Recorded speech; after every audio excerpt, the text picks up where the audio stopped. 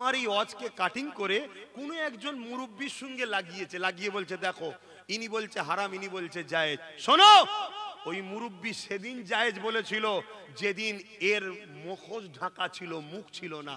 যেদিন এ বলেছিল 10,000 মাদ্রাসা দেবো, যেদিন বলেছিল ফুরফুরা রেল করে দেবো, যেদিন বলেছিল ডবল ডবল চাকরি দেবো, যেদিন বলেছিল আলিয়া ইউনিভার্সিটি মাদ্রাসা করে দেবো, যেদিন ভালো ভালো কথা বলেছিল সেই দিন সে মুরব্বি বলেছিল আরে বাবা যখন ভালো বলছে একবার দেখ না। সেই দিন তো আমরাও অনেকে বলেছিলাম দেখা না। কি ভাই ভুল বলছি নাকি? আপনারাও তো অনেকে বলেছিলেন না বলেননি? এতে অপরাধ তো কিছু নয়।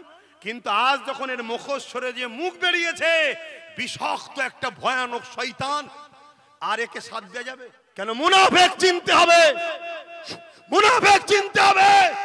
তোর ভালো লাগে না আমাদের সঙ্গে থাকতে হবে না, ইসলামের দুশমনের সঙ্গে থাকতে মন যায় থাকতে যা, তার সঙ্গে জাহান্নামের কুকুর হয়ে থাকবি থাকতে যা, আমাদের কোনো অসুবিধা নাই। কিন্তু আমার আল্লাহর ঘরের বিরুদ্ধে যে যাবে, কোরআনের বিরুদ্ধে যে যাবে, তাদের সঙ্গে আমরা যুদ্ধ করতে রাজি আছি, ঠিক না বেঠে? তাহলে আজকে আমার রাজ্য সরকার বলছে কোরআন শেষ হবে এবং উন্নতি শেষ হবে না, ঠিক বলেছে না ভুল বলেছে? তাহলে এর বিরুদ্ধে হাত দিয়ে রুখতে হবে না, হবে না? যদি হাত দিয়ে না রকম মুখ দিয়ে প্রতিবাদ করতে হবে যে আপনি এটা ভুল বলেছেন, ক্ষমা চান। যদি মুখ দিয়েও বলতে না পারো, অন্তর থেকে ঘৃণা করা দরকার আছে না নাই? তা না করে কোনো মুসলমান কোরআনের দুশ্মন, কোরআনকে যে মিটাতে চায়, কোরআন শেষ হয়ে যাবে যার ধারণা, তাকে যদি ভোট দেয় তার ঈমান থাকবে? আমি এটা বলেছি। এরপরে আরো বলেছি কি, ইসলামে যে খাবারটা খাওয়া হারাম, সেই খাবার যদি কেউ খাইয়ে আমাদেরকে কাফের বানাতে চায়, অর্থাৎ শিরক যুক্ত খাবার, যেমন আমার অমুসলিম ভাইয়েরা, তাদের ধর্মে অনেক খাবার খাওয়া নিষেধ আছে, তার মধ্যে একটা গরুর গোশত তারা খেতে নেই, তাদের ধর্মের ব্যাপার। যদি আমি ঘুরিয়ে তাকে খাওয়াই, এটা তাদের সঙ্গে ভালো ব্যবহার করলাম না খারাপ করলাম? কিন্তু আমাদের জন্য হালাল, ওরা কিন্তু অপছন্দ করে, ঠিক না বেটি? ঠিক তেমন শিরক যুক্ত খাবার যেটাকে প্রসাদ বলা হয়, সেটা আমাদের জন্য হালাল না হারাম? জোরে বলেন।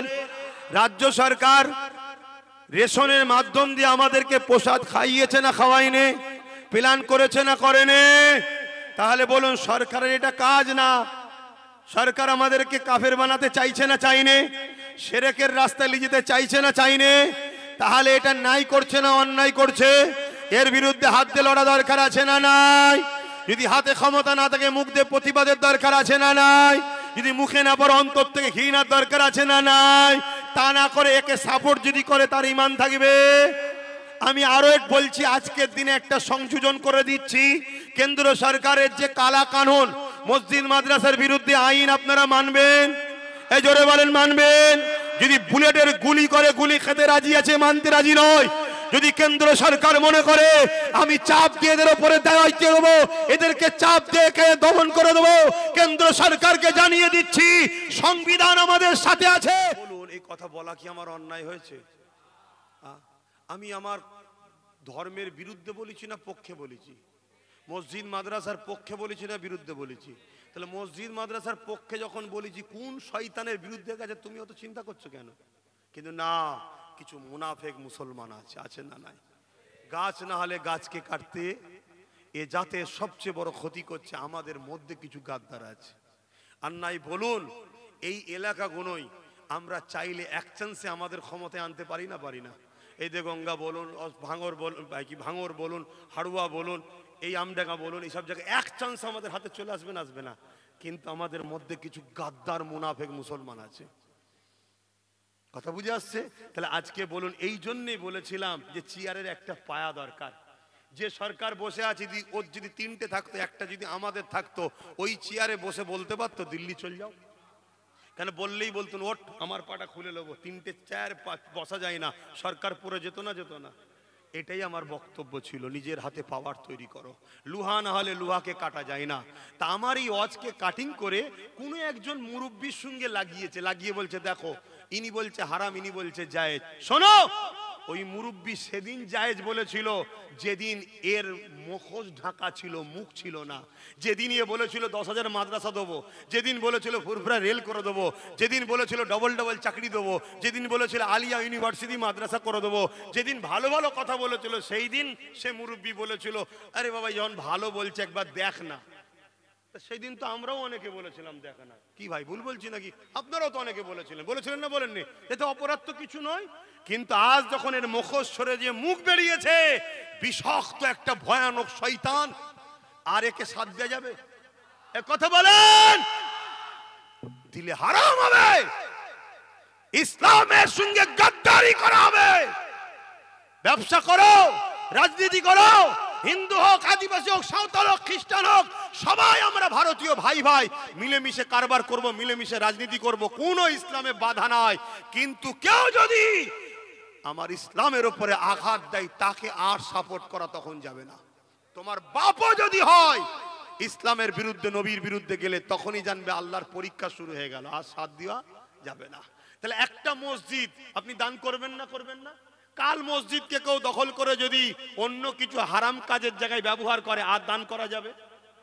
আজ মুসলমান সালাম দেবো, কাল যদি সেই ইসলাম ছেড়ে দেয়, সালাম দেওয়া যাবে? আবার যদি মুসলমান হয়, সালাম দেবো না? দেবো না। তাহলে আমার কোনো মুরব্বি বলেছে সাথ দে, তখন ভালো ছিল, সাথ দিতে বলেছে, এখন তো 2 নম্বর শয়তান হয়ে গেছে, আর সাথ দেওয়া যাবে? তা সেই পুরাতন কথা এখন তো চালালে হবে না। কথা মাথায় ঢুকছে না? ঢোকে না? তাহলে আমার মসজিদের যে দুশ্মন, সে আমাদের বন্ধু না দুশ্মন?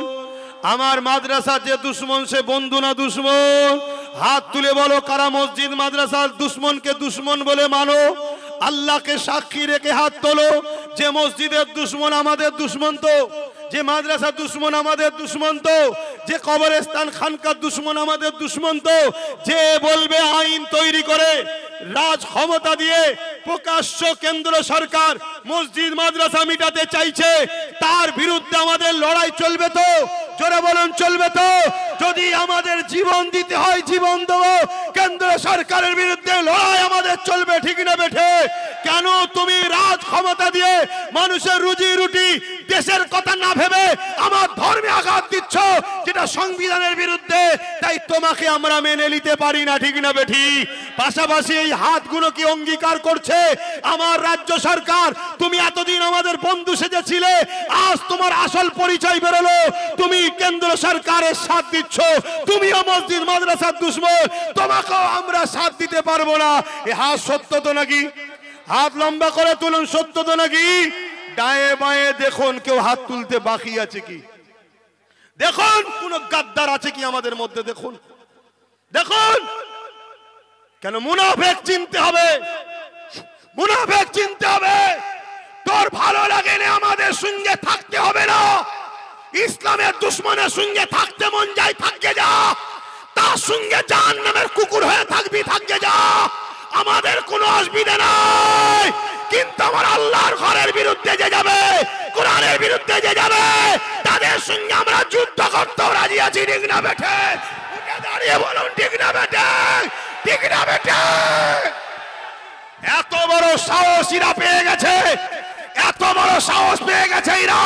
কিছু মোল্লা মৌলভী সাহেবকে, মুনাফিককে খারিজ করে যদি মনে করে আমরা ইসলামকে মিটিয়ে দেবো ভারত থেকে, বাংলা থেকে, এদেরকে বুঝে লিয়া দরকার। ব্রিটিশদের মিটিয়েছি আমরা, চিঙ্গিস খানকে মিটিয়েছি আমরা, চিঙ্গিস খানের নাম মিটিয়েছি আমরা, নমরুদকে মিটিয়েছি আমরা, সাদ্দাতকে মিটিয়েছি আমরা, ফিরাউনকে মিটিয়েছি আমরা। তোদেরকেও মিটাতে দেরি আমাদের হবে না ইনশাআল্লাহ, ঠিক না বেঠে? ওদের হাতে সব থাকতে পারে। আল্লাহু আকবার। ওদের হাতে সব থাকতে পারে, আমাদের হাতে কিছু নেই তো কি হয়েছে? বদরে আমাদের হাতেই ছিল না, সন্ত্রাসদের হাতেই ছিল। বিজয় আল্লাহ আমাদেরই দিয়েছে। জোরে বলুন সুবহানাল্লাহ। হাত নামাও। ঘাবড়ে যাচ্ছ নাকি? যে আল্লাহ ছাড়া অন্য কাউকে ভয় করে, সে তো কাপুরুষ হয়ে বাঁচে। তোমার তো ঘরে এলাকায়, আমার ঘর তো অনেক দূরে, আমি তো ভয় করিনি। খোদা আমার কপালে যেটা লিখে রেখেছে, ওটাকে রদ করতে আমি পারবো না। শুনছ? অতএব সামান্য দুনিয়ার লোভ লালসার জন্যে, পদের জন্য, জায়গার জন্যে নিজেদের মধ্যে মতনৈক্য করো না। আগে নিজের অস্তিত্বকে বাঁচাও, নিজের অস্তিত্বকে ঠিক করো, তারপরে ভাই ভাই বসে আমরা ঠিক করে নেব। কথা শুনছেন? আমাদের মধ্যে অনেক সিলসিলা আছে, যার সিলসিলা তার কাছে থাকবে যাক, যার হুজুর, যার আমির, যার শায়েখ তার কাছে থাকবে যাক। মসজিদটা আমাদের সবার, মাদ্রাসাটা আমাদের সবার, কবরস্থান আমাদের সবার। এই ক্ষেত্রে আমাদের সবাইকে সংগঠিত হওয়া দরকার আছে না নাই? আমি একটা শেষ কথা বলবো। একদিকে মসজিদের দুশমন আপনাকে ডাকছে, আমার কথা শুনছেন তো? একদিকে মসজিদের দুশমন আপনাকে ডাকছে যে আমার সাথে আসো, আমি তোমাদের এই দেবো, এই দেবো, এই দেবো, এই দেবো, আসো আসো আসো। আর একদিকে মসজিদের পক্ষে দাঁড়িয়ে সুপ্রিম কোর্টে কেস করা নবী বংশের আওলাদ আপনাকে ডাকছে, আমার সাথে আসো, তোমাদেরকে ইজ্জত সম্মান দেবো, তোমাদের অধিকার দেবো। আজকে বলুন, আপনাদের কাছে জানতে চাই, মসজিদের দুশমনের ডাকে সাথ দেবেন না মসজিদের বাঁচাবার জন্য যে সুপ্রিম কোর্টে কেস করেছে তার সাথ দেবেন? কার কার? এবারে আমি বলি, মসজিদের দুশমনের কারা সাথ দেবেন? হাত তুলবেন। মসজিদের দুশমনের সাথ কারা দেবেন? মসজিদের দুশমনের সাথ কারা দেবেন? হাত তোলেন।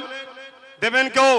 তাহলে মসজিদকে বাঁচাবার জন্য যে নবী বংশের আওলাদটা সুপ্রিম কোর্টে গিয়ে এখনো কেস চালাচ্ছে, সেই নবী বংশের আওলাদটার সাথ কারা দেবেন? হাত তোলেন, হাত তোলেন। আলহামদুলিল্লাহ, আলহামদুলিল্লাহ, আলহামদুলিল্লাহ। হাত নামান। আজ আব্বাস সিদ্দিকী লড়তে পারিনি, আমি জলসা করি, আমি পীর মুরিদি করি, আমি খানকা চালাই, আমি মাদ্রাসা চালাই, আমি ইমামতি করি, আমি নাই লড়তে পারিনি, আমি নাই কেস করতে পারিনি, কিন্তু আমার ঘরের, আমার কওমের, আমার নবীর খানদানের কেউ যখন কেস করবে, কেউ যখন লড়াই করবে, কেউ যখন মসজিদ মাদ্রাসা ওয়াকফের পক্ষে দাঁড়াবে, আমার কি দায়িত্ব নয় তার প্রচার করা, তার সাথ দেওয়া? জোরে বলুন, দায়িত্ব আছে না নাই? তাই সে আমার ছোট তো আমি দেখব না, আমি তাকে ন্যায়ের জন্য তার সাথ দেবো।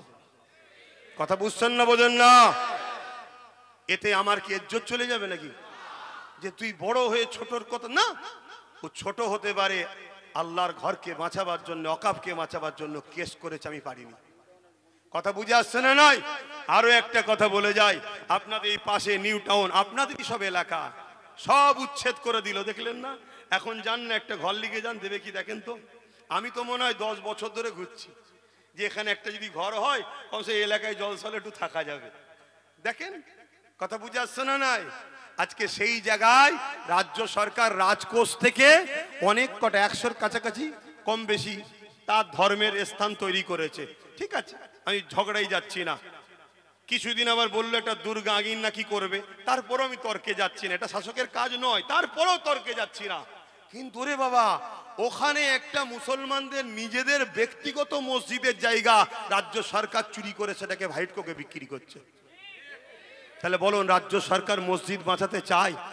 ওই এলাকায় সব ভিআইপি থাকে, ওখানে মসজিদ থাকবে, আজান হবে, ঘৃণার কথা।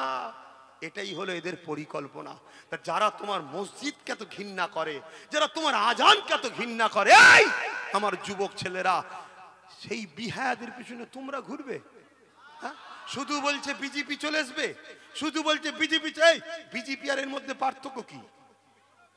এরা দুজনই আরএসএস এর লোক। বিজেপি যা অন্য রাজ্যে করছে, এই রাজ্যে করছে। উপরন্ত বিজেপি প্রকাশ্য করছে, এই রাজ্যে প্রকাশ্য এসে করতে গেলে না সাইজ করে দেবো। কথা বুঝে আসছে না নাই? এখানে আমরা কমজোরি নয়, অন্য জায়গায় তোমাদের দাদাগিরি চলতে পারে, এখানে চলবে না। কথা বুঝে আসছে না নাই? কিন্তু সেই জায়গায় এখানে কিন্তু এ ঘুমটা দিয়ে কাজ করে যাচ্ছে না, যায়নি? কত বড় কাজ করেছে, আমাদেরকে প্রসাদ পর্যন্ত খাওয়াতে চেয়েছে। যেটা বিজেপি পারবে? এই পারবে? আর একটা কথা, এরপরও আমি কি বলেছিলাম, যদি বিজেপিকে রুখতেই হয়, এরপরও বলেছি আমি, এর অনেক বক্তব্য কেটে দিয়েছে, বিজেপিকে যদি রুখতেই হয়, প্রথমে তুমি ক্ষমা চাও, দিল্লি যেতে বলা ভুল হয়েছে, কোরআনের বিরোধী বলেছে, আমার ভুল হয়েছে, আমাকে ক্ষমা করে দাও, এটা বল। এক। দ্বিতীয় নম্বর কথা, এটা বলার পরও বিজেপিকে যখন রুখবে, বিজেপি কার দুশ্মন ভাই? মুসলমানদের, বলছে তো নাকি? তা বিজেপি যখন রুখবে, মুসলমানদের দুশ্মন যখন বিজেপি, তোর উপরে ভরসা করবো কেন? ঠিক তো নাকি? আয় একসাথে পার্টনারে থাকবো। কি পার্টনারে থাকবো? 3টে পায়া তোর থাকবে, একটা আমার থাকবে। না হয় 15 বছর শুরু শুনছি বিজেপি রুখতে, আবার বিজেপি শুধু হু করে ঢুকেই যাচ্ছে। ঠিক না বে? ঠিক। হ্যাঁ, তাহলে ডাল মে কুছ কালা হ্যায়, মানে একটা লোকের কাপড়ে নাপাক লেগেছে, পিসাব লেগেছে, বলছে মদ দিয়ে পাক করব, এ হবে কেন? ওটাও হারাম এটাও হারাম। তা ডাকাত রুখতে চোরকে দিচ্ছে পাহারা, তাহলে বিপদ আছে না নাই? বিপদ হচ্ছে, মব লিঞ্চিং হচ্ছে না হয়নি? আপনাদের এই আশপাশে অনেক জাহান্নামের কুকুরের মুখ থেকে এমনও শোনা যায়, তারা আবার বলে আমরা মুসলমান। মুসলমান নয়, এরা বেঈমান মুনাফিক। এরা বলে বিজেপিকে ভোট দেওয়া ভালো, বলে না? বলে না? আজ কিন্তু দাগ লাগাই আমাদেরকে বলে বিটি, এ বলে না? বলে না? হ্যাঁ, এটা প্ল্যান যাতে করে কম ভয় খায়। এই বিশ্বাস নেই ভাইয়ের উপরে, আছে না নাই? আপনা বাও, তাহলে শোনো, একটা কথা বলে যাচ্ছি, এরপরেও তো তোমাদেরকে বলছি, আমি অফার দিচ্ছি তো। প্রথমে ক্ষমা চাক যে ভুলগুলো বলেছে কোরআনের বিরুদ্ধে, তারপরে একটা হলো 10% হলো ভাগিদারি দিতে হবে। তুমি রাজা আমরা কর্মচারী, এটা হবে না, পার্টনারে আসতে হবে, ঠিক না বে ঠিক? পার্টনারে এলে কিছু বললেই কক করে টিপে ধরা যাবে। আমিও ভাগিদারি আছি, ঠিক না বে ঠিক? আমি কি ভুল করছি? তুমি যদি আজ না জাগো যুবক, তোমার বাচ্চাগুলোর জন্য কাফনটা কিনে যেও, এ কথা বলে গেলাম। তুমি যদি আজ না জাগো যুবক, তোমার বাচ্চার জন্য কাফনটা কিনে যেও, কাল তোমাকে ভোট দিবার অধিকার কেড়ে লিয়া হবে। এই যে এসআইআর, এই যে এসআইআর কি ফিতনা! এক তো বললো আমি বেঁচে থাকতে গেলে এসআইআর করতে দেবো না, মরে গেছে নাকি? এখন আবার ক্যাম্প খুলে বসে আছে, এসআইআর করো, এসআইআর করো, এসআইআর করো। তাহলে কি কথা মাথায় ঢুকছে? তবে তোমরা চিন্তা করো না, আল্লাহ তোমাদের এই ভাইয়ের দ্বারা চেষ্টা করে একটাই লাঠি মিলিয়েছে, ওই এক লাঠি সবাইকে ঠাইজ করে দিচ্ছে। ওই জন্যে দেখছো না, ওই জন্যে দেখছো না যে কারো পিছনে লেগে নেই, শুধু ওর পিছনে লেগে আছে। একের পর এক থানা বাড়াচ্ছে, একের পর এক গুন্ডা চেঞ্জ করছে, নতুন করে আর এক বেঈমানকে দিয়েছে। কত গুন্ডা চেঞ্জ করতে পারে, করে যাক, অসুবিধে নেই আমাদের। অসুবিধা আছে নাকি? কারণ আমরা আল্লাহকে ভরসা করি, আর আমরা বিশ্বাস করি গরিব অসহায় মানুষরা তারা অন্যায়কে মেনে নেবে না, ঠিক তো নাকি? তাহলে আজকে সেই জায়গাতে ভেবে দেখো ভাই, এর পরেও কিন্তু আমি অফার দিয়েছি কি, রাত্রিরে যখন পাহারা দেবো, ডাকাতকে যখন রুখবো, তুমি একা দেবে কেন? তোমার যদি 50 জন থাকে, আমার 5 জন থাকে না তোমার সাথে, তুমি ভেতরে ভেতরে কি সেটিং করছো ডাকাতের সাথে আমি বুঝতে পারছি না। তাহলে আমার বুঝতে অসুবিধা হচ্ছে। এই ধরুন আপনার ঘরে একে আমি খুব ভালোবাসি, একে দিয়ে উদাহরণ দিচ্ছি। আপনার ঘরে ধরুন একে পাহারা দিয়েছেন, এরপরও ঘরে শুধু চুরি হচ্ছে, তাহলে চোরের সঙ্গে সেটিং আছে না নাই? আমি জানি তুই সেটিং এর নয়, তারপরেও বলছি সেটিং আছে না নাই? তাহলে এই জায়গায় যদি আমি দাবি করি যে ঠিক আছে ভাই তুই পাহারা দিবি, তোর সাথে হাজী সাহেবও থাকবে, তো অসুবিধা আছে কোথায়? এ বলছে না না না না না ও হবে না, তাহলেই তো সন্দেহ হচ্ছে, ঠিক না বেটি? তাহলে অতএব একে বলছি ক্ষমা চা, চেয়ে ভাগিদারিতে আয়, আমাদেরকেও লে, একসাথে পাহারা দেবো, ওকে রুখবো, ঠিক না বেটি? কিন্তু তুমি বলছো না আমি একা, তাহলেই তো সন্দেহ হচ্ছে। এই একা ছিলে বলেই তো আজকে বলে দিলে যে কেন্দ্র আইন মেনে নিলাম।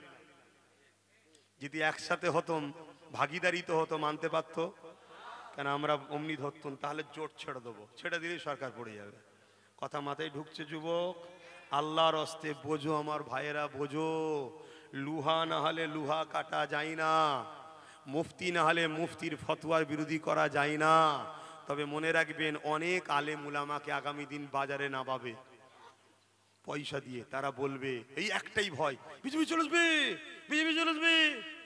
এস্তার কি বাকি আছে? মসজিদ চলে গেল তো, কবরস্থান চলে গেল তো, সব তো শেষ, এখন আর কি হবে? গুগলে সার্চ করে দেখো না, বঙ্গ কি বাংলার কি বঙ্গ জমি ভূমির একটা কি অপশন আছে না, দেখো। হ্যাঁ, বাংলার ভূমি মেরে দেখো না, মসজিদের জমি দায়িত্ব কে? দেখো 1 নম্বর খতিয়ানও মিটে চলে গেছে, পশ্চিমবঙ্গ সরকারের দায়িত্ব। তাহলে আমার মসজিদের দায়িত্বে কে? পশ্চিমবঙ্গ সরকার। আর মন্দিরের দায়িত্বে কে? হিন্দু ভাইরা। গির্জার দায়িত্বে কে? খ্রিস্টান ভাইরা। কি বলে শিখ পাঞ্জাবিদের ধর্মস্থানের দায়িত্ব কে? তারা। আর মুসলমানদের দায়িত্ব সরকার কেন? তাহলে দোষ আমাদের। দোষ কাদের? আর আমরা এদেরকে বিশ্বাস করেছি, এরা বিশ্বাসঘাতক হয়েছে। তাহলে বারবার বিশ্বাসঘাতক আমাদের সঙ্গে হচ্ছে না হয়নি? অতএব আজ থেকে আমাদের একটাই কথা, আমরা ডান বান লাল কালো বুলু সবুজ সাদা কিচ্ছু চিনি না। আলহামদুলিল্লাহ, এই প্রচারটা আপনারা দায়িত্ব নেবেন না? প্রচারের দায়িত্ব নেবেন না? দেরিয়ে যখন গেছি আর কথা বলবো না, একটু দোয়া করে দেবো দেরিয়ে। কেউ কষ্ট পেলেন, কেউ ব্যথা পেলেন, আমি কিছু ভুল করছি, আচ্ছা বলুন তো, আমি জলসা করছি তো, এতে এত মানুষ জড়ো হয়েছে, কাউকে পয়সা দিয়ে নিয়েছি? আমাকে খরচ দেবেন না দেবেন না? জোরে বলুন। হ্যাঁ দেবে। তো এই কাজটা নওশাদও তো করতে পারতো, তার কি দরকার ছিল এদিকে যাওয়ার? তাকে আমি বুঝিয়েছি, দেখ ভাই, সবাই যদি হুজুর হয়ে যায় তাহলে এ কমে চাকরি বাকরির জায়গাটায় যখন আটকে দেয় খুলবে কে? তুই যা, তুই যা। খেলাধুলার বয়স থেকে ওকে নামিয়ে দিয়েছি, আজকে তার উপরে কি টর্চার হচ্ছে, কে জুলুম কে কে করছে দেখুন, ঠিক মুসলিম এলাকার গুন্ডাগুলো, খেয়াল করে দেখুন। অতএব ঘরটাকে আগে ঠিক করতে হবে, ঘর ঠিক হলে ঘরকে চাপকালে বাইরে সবকটা ভয় কাঁপবে, ওরে সর্বনাশ বেটাকে মারছে রে, চুপ করে যা, ঠিক না বেঠিক? ঘরটাকে ঠিক করতে হবে। তাই বারবার বলে যাচ্ছি, একদিন লড়াই ছিল রুজি রুটি, কারবার চাকরি, থাকা না থাকা, বেঁচে থাকার লড়াই। এখন লড়াই আমার ইসলামের বিরুদ্ধে, মসজিদ মাদ্রাসাকে বাঁচাবার লড়াই। এই লড়াইয়ে কোনো মুসলমান যদি আমাদের মোকাবেলায় আসে, সে মুসলিম নয়, সে আব্দুল্লাহ ইবনে উবাই মুনাফিক, তার বিরুদ্ধে আমরা লড়াই করতে রাজি আছি না নাই? জোরে বলুন, রাজি আছি না নাই? সে যদি মনে করে সরকার আমার পিছনে আছে, তো সরকারকে আমরা বিরুদ্ধে লড়বো, তো সরকার কি আমরা শেষ করে দেবো ইনশাল্লাহ, ঠিক না বে ঠিক গো? অতএব আমরা হকের পক্ষে ছিলাম, আছি, থাকবো। এর বিনিময়ে আল্লাহ আমাদের দুনিয়া আখিরাত নাজাত দেন, বলুন আল্লাহুম্মা আমিন। যাক, আমার কথা শেষ করছি। কিছু বলবে না? আর কেউ নেই তো? কিছু বলার আছে? ওই বাবা, একটা কাজ দিয়ে দিয়েছে রে বাবা, তাহলে একটু বসতে হবে, বসে দোয়া করতে হবে। বসেন বসেন বসেন, টক করে বসেন, ছেলেরা যাচ্ছে, টক করে বসেন, ছেলেরা যাচ্ছে, টক করে বসেন। যার যা খুশি পকেটে হাত দেন, যার যা খুশি পকেটে হাত দেন। একটু বলেছে যখন আসেন তারা দেখ, ওই ছেলে কই তোমার, কই? একটু বসে যান, আল্লাহর রাস্তায় বসেন। এতক্ষণ বসলেন তো, এইটাই তো মনে দুঃখ দিচ্ছে, এতক্ষণ বসলেন, আর একটু বসতে পারবেন না? হ্যাঁ, তাড়াতাড়ি তাড়াতাড়ি তাড়াতাড়ি। ছেলেরা কই, ছেলেরা কই?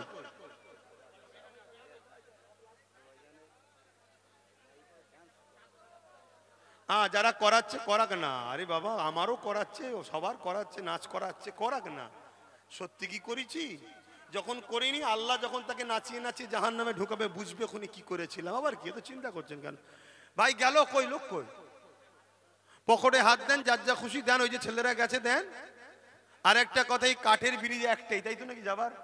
এ বড়, আচ্ছা মা বোনেদের পথে আপনারা যাবেন, মা বোনেদের কাছে পাঠাও। আর এই রাস্তা বড় দুর্বল, একটু দেখে শুনে যাবেন ভাই। ঠিক দিল থেকে বলছেন তো, কষ্ট পেলেন না তো?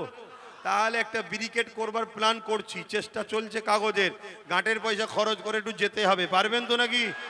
পারবেন তো নাকি? ইনশাল্লাহ। কেন এ কথা বারবার বলি জানেন? যত মাতার ভিড় বাড়বে, জালিমরা তত ভয় খাবে। যত মাতার ভিড় বাড়বে, আমাদের অধিকার ক্ষমতা তত বাড়বে। তাহলে ভিড়টা বাড়ানো দরকার আছে না নাই? এজন্যে আপনারা সংগঠিত হবেন, যাবেন। প্রতি শুক্রবার দিন লাইভে বসি। এই কয়েক সপ্তাহ তো বসতেই পাচ্ছি না, এত ব্যস্ত, বাইরে বাইরেই চলে যাচ্ছি শুধু। তারপরও প্রতি শুক্রবার দিন বসার চেষ্টা করি। সন্ধ্যে 7টা থেকে লাইভে PABS ইউটিউব চ্যানেল এবং পীরজাদা এমডি আব্বাস সিদ্দিক একটা পেজ আছে, ফলো করবেন, প্রশ্ন করবেন, উত্তর দেবো।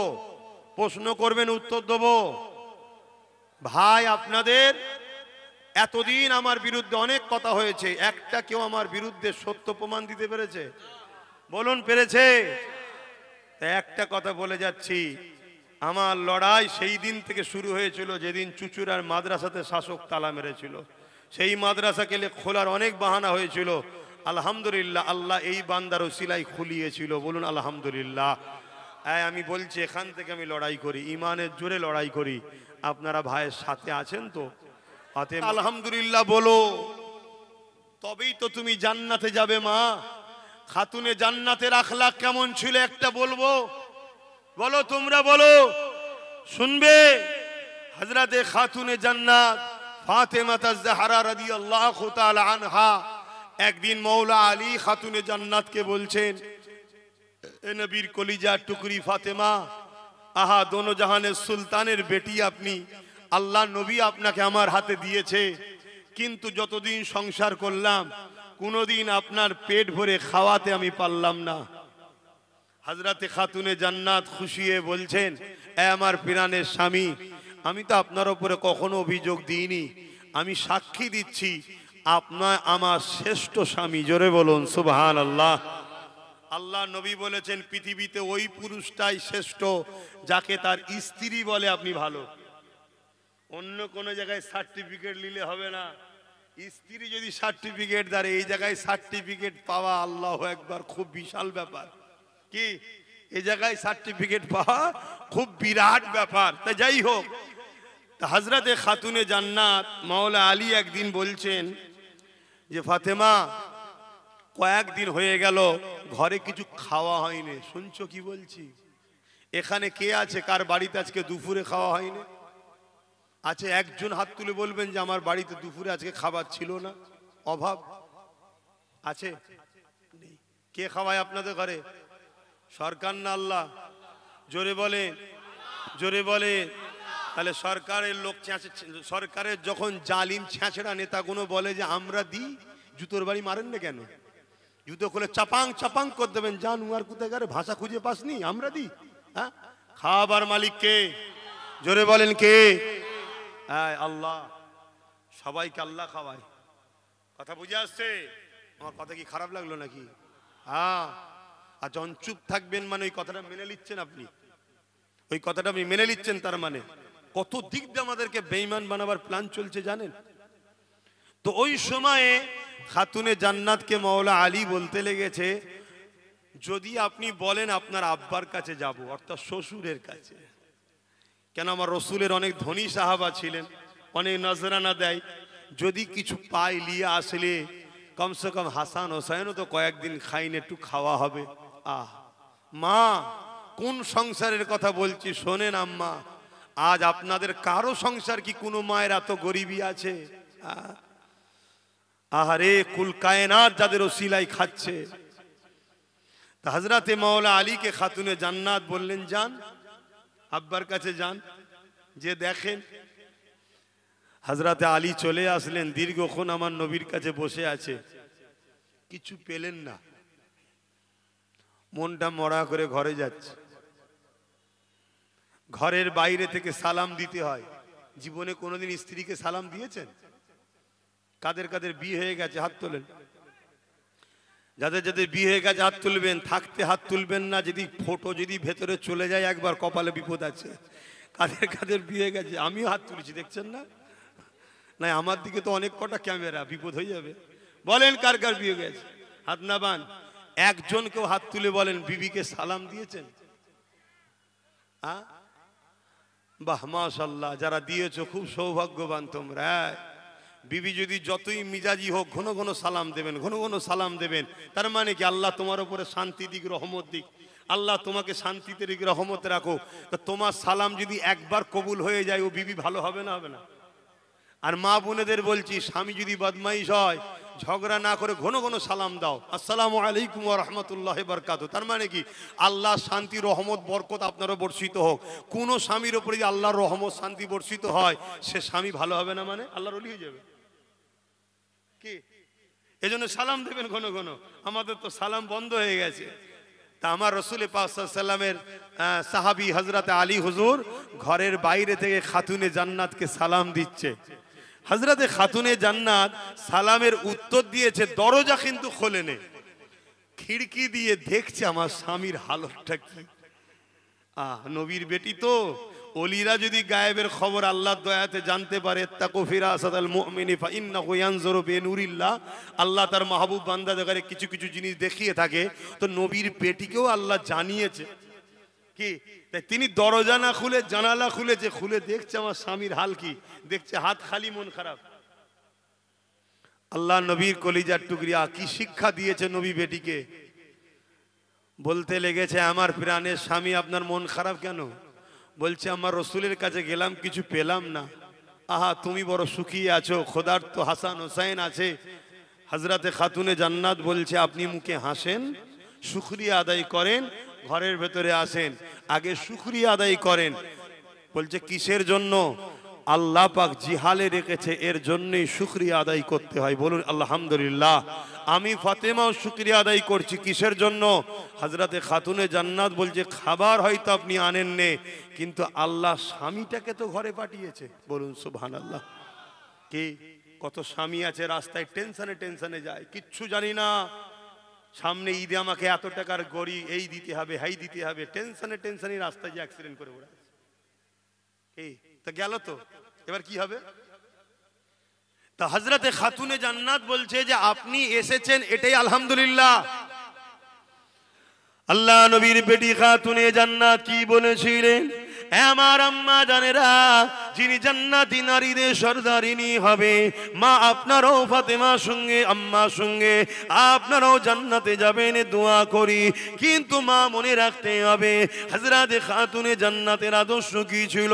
হযরতে ফাতেমা তাজ-জাহরা রাদিয়াল্লাহু তাআলা আনহা বলেছিলেন, আমার প্রাণের স্বামী আপনি তো জানেন আল্লাহ পাক শুকরকারীদের সাথেও আছে, সবরকারীদের সাথেও আছে। অর্থাৎ আল্লাহ খাওয়ালে, সুস্থ ভালো রাখলে আলহামদুলিল্লাহ বলবো, এই শুকরকারীদের সঙ্গে আল্লাহ আছে।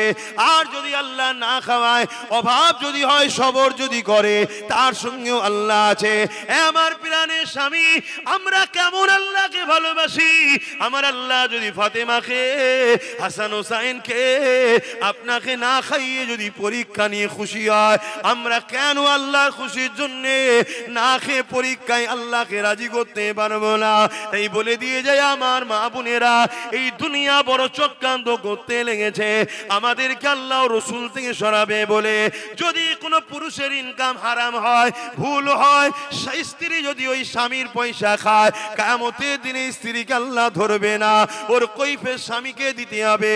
কেন? স্বামী হলো স্ত্রীর গার্জেন, কন্যা হলো বাপ তার গার্জেন। বাপ যদি তার কন্যাকে হারাম খাদ্য খাওয়ায়, এর জন্য বাপ জাহান্নামে যাবে, ওই কন্যা জান্নাতে যাবে না। অর্থাৎ নারীদের জন্য হিসাব নিকাশটা দিতে হতো না। কিন্তু আজ জালিম হুকুমতরা বড় প্ল্যান করে আমার মা বোনেদেরকে সামান্য ভিক্ষা দিয়ে খরিদ করলো। একদিকে খরিদ যেমন করলো, অপরদিকে আল্লাহর আদালতে আসামি করে দিল। কেননা যে 1000 1500 টাকা দিচ্ছে, এই টাকাটা কিসের আপনারা কি জানেন? কথা বলছে না তো? এটা একটা পরিকল্পনা। মুসলিম নারীদের হাতে অর্থ দাও, এদেরকে দাও 1000 টাকা, কিন্তু 1000 টাকাটা হারামের দাও, মদ বিক্রি করার টাকা দাও। পুরুষ যদি ইনকাম করে নিয়ে আসে হারাম টাকা, নারীকে আল্লাহ কিয়ামতের দিন ধরবে না। মুসলমান যখন বিপদে পড়বে, তোমার আমার দোয়া যদি কবুল নাও হতো, মায়ের জাতের দোয়া কিন্তু কবুল হতো। সেই গোড়াটাও মেরে দিল সামান্য ভিক্ষা দিয়ে। আমাদের হুঁশি নাই, আমাদের খেয়ালই নাই। আমাদের উচিত ছিল আওয়াজ তোলা, তোমার ওই 1000-এর ভিখারি আমরা নয়। আমার স্বামীকে কর্ম দাও, আমার বেটাকে কর্ম দাও, আমার ছেলেকে চাকরি দাও। আমার ছেলে যদি বড় হয়, তাহলে সে ছেলে তো মাকে দেবে। যে ছেলে মাকে হাত খরচ দেয় না, তাহলে এর জন্য ছেলের দোষ দিবার আগে তো মায়ের দোষ। কি তৈরি করেছেন ছেলেকে, কি মানুষ করেছেন ছেলেকে, যে আপনার ছেলে আপনাকে হাত খরচ দেয়নি? কি রকম ছেলে? একে কি ট্রেনিং দিয়েছেন? কথা শুনছেন? দুনিয়া আমাকে নজরানা দেয় মুসাবা করে, আমি আমার মাকে বাপকে নজরানা দিই মুসাবা করে। এই শিক্ষা আমার রসুল দিয়েছে। মুসাবা করাও সুন্নাত, নজরানা দিয়াও সুন্নাত, লিয়াও সুন্নাত। আপনারা মুসাবা করে আমাদের নজরানা দেন না? দেন না? হ্যাঁ, সাহাবারা নবীকে দিয়েছে, আর আমার নবী পাক সাল্লাল্লাহু আলাইহি ওয়াসাল্লাম তিনার দুধমা হযরতে হালিমাকে দিয়েছে। জোরে বলুন সুবহানাল্লাহ। আমি আমার আব্বাকেও মুসাবা করে নজরানা দিই, আমার মাকেও মুসাবা করে নজরানা দিই। কেন? দোয়া লিবার আগে নজরানা দিতে হয়। তা কি ছেলে আপনার মা যে আপনাকে টাকা দেবে না, নজরানা দেবে না? আমার কথাই কি খারাপ লিখছেন নাকি? এই খারাপ লিখছেন। এসব ইসলাম বিদ্বেষীদের প্ল্যান। এই কিছুদিন আগে না বিহারে ভোট হয়ে গেল, এই সোশ্যাল মিডিয়ায় একটা বক্তব্য ঘুরছে, দেখেছেন? আমি দেখাতে পাচ্ছি না কেন, ওর মধ্যে একটা নাচ আছে মেয়ে ছেলের। একটা মেয়ে বিজেপির মিটিং এ গিয়ে খুব নাচছে, তারপরে ছবি তার ঘর ভাঙছে যখন সে কাঁদছে। তা প্রশ্ন করছে মিডিয়া, क्या हुआ? বলছে আরে समझ में नहीं आया है, 1000 रुपया दिया, मीटिंग में चला गया, वोट भी दे दिया, अभी जीत के हमारे ही घर भांग रहे তোর রে।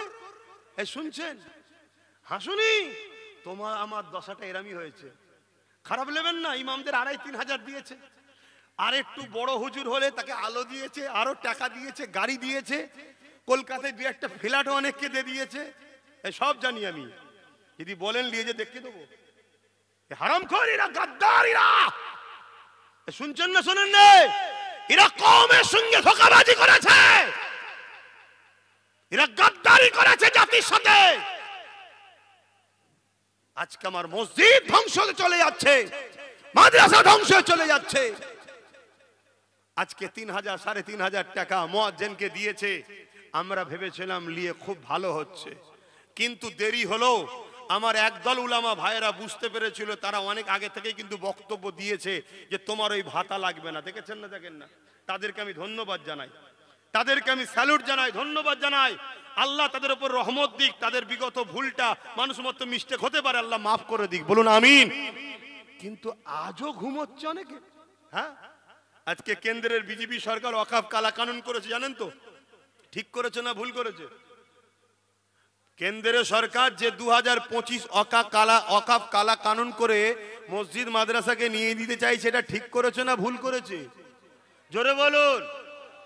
তো সেই আইনটাকে রাজ্য সরকার সাপোর্ট করে দিল, ঠিক করছে না ভুল করছে? এবার কি হবে? যে বলেছিল আমি থাকতে হতে দেবো না, হ্যান করবো না, ত্যান করবো না, কত বড় বিশ্বাসঘাতক তাহলে রাজ্য সরকার। তাহলে এর দেখিয়েছে এক, আর চিবাচ্ছে এখন আর এক। এবারে আমার একটা কথা আপনারা হয়তো শুনেছেন, আমার একটা বক্তব্য আছে, আমি নাকি বলেছি টিএমসি কে ভোট দিয়া হারাম। শুনেছেন? কারা কারা শুনেছেন একটু হাত তুলে দেখা। শুনেছেন? পুরোটা শুনেছেন না কাটাটা? পুরোটা শুনবেন না? কারা কারা পুরোটা শুনতে চান একটু হাত তুলে দেখান। শুনতে চান? ঠিক বলছেন, বলবো তো? হাত না বান, এটা একটু জানা দরকার। কেন এটা মুনাফিকরা ছড়াচ্ছে, মিথ্যা মিথ্যা করে কেটে কাটিং করে ছড়াচ্ছে, অরিজিনালটা জানা দরকার। আচ্ছা, এইটা কি নবীর মেম্বার তো নাকি? এখানে আমার বাপের কথা চলবে না নবীর কথা চলবে? জোরে বলেন। এটা নবীর কথা চলবে। তা নবীর দিনের যদি কেউ বিরুদ্ধে হয়, তার বিরুদ্ধে নবী কি বলেছে সেটা বলা দরকার আছে না নাই? একটু বলুন বলুন বলুন। আচ্ছা, কি গো ঠান্ডায় ঠান্ডা হয়ে গেল নাকি? কি করব বলেন? এদের একটু চট দিতে পারতো, একটু ওপরে দেয় না। তাহলে একটু বলি আমি অ্যাকচুয়ালি কি বলেছি। হ্যাঁ, অসুবিধা হচ্ছে? সালাম পড়িয়ে দোয়া করে দেবো? আচ্ছা লেন, দোয়াই করে দিচ্ছি, সালাম পড়ি। হ্যাঁ, শোনার আগ্রহ থাকলে আমি শোনাবো, না হয় আমি ভাড়া খাটা হুজুর নয়। ওই আপনাকে নিয়ে এসেছিলাম, এখন টাইম শেষ হয়নি, ভাড়া খাটা হুজুর আমি নাই। তো দাওয়াত লি যদি কপারে হাত ভুলো, অহংকার নে অম্মা বিনিয়ামতি রব্বিকা ফাহাদ্দিস, তো দাওয়াতটা লিয়েছি কপালে হাত ভুলো। তুই ভালোবাসিস এসেছি, হ্যাঁ টাইম দিচ্ছে, এইখান থেকে এই সময় করবো, ভাল লাগলে করবো, না ভাল লাগে করবো না, কথা শেষ। তুই তো আমার ভাই হোস, কথা বলবি মানে? কথা খারাপ লাগছে নাকি? অহংকারী মনে হচ্ছে?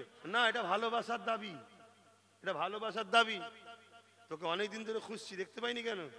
আছিস তো লাইনে না কট লাইনে চলে গেছিস? আচ্ছা, ওকে অনেকদিন দেখছি। ওই দিন মসজিদে নামাজও পড়লাম, ওর ভাইকে দেখলাম, জিজ্ঞেস করলাম, কথা বুঝাস? আমাদের সব তো আপনারা আমার দাদা হুজুরের বাচ্চা, তাই তো নাকি? সব দাদা হুজুরের বাচ্চা। আল্লাহ কবুল করে, বোন আল্লাহুম্মা আমিন। একবার দরুদ শরীফ, আল্লাহুম্মা সাল্লি আলা। লড়ার মতো পাইনি, পুকা এত।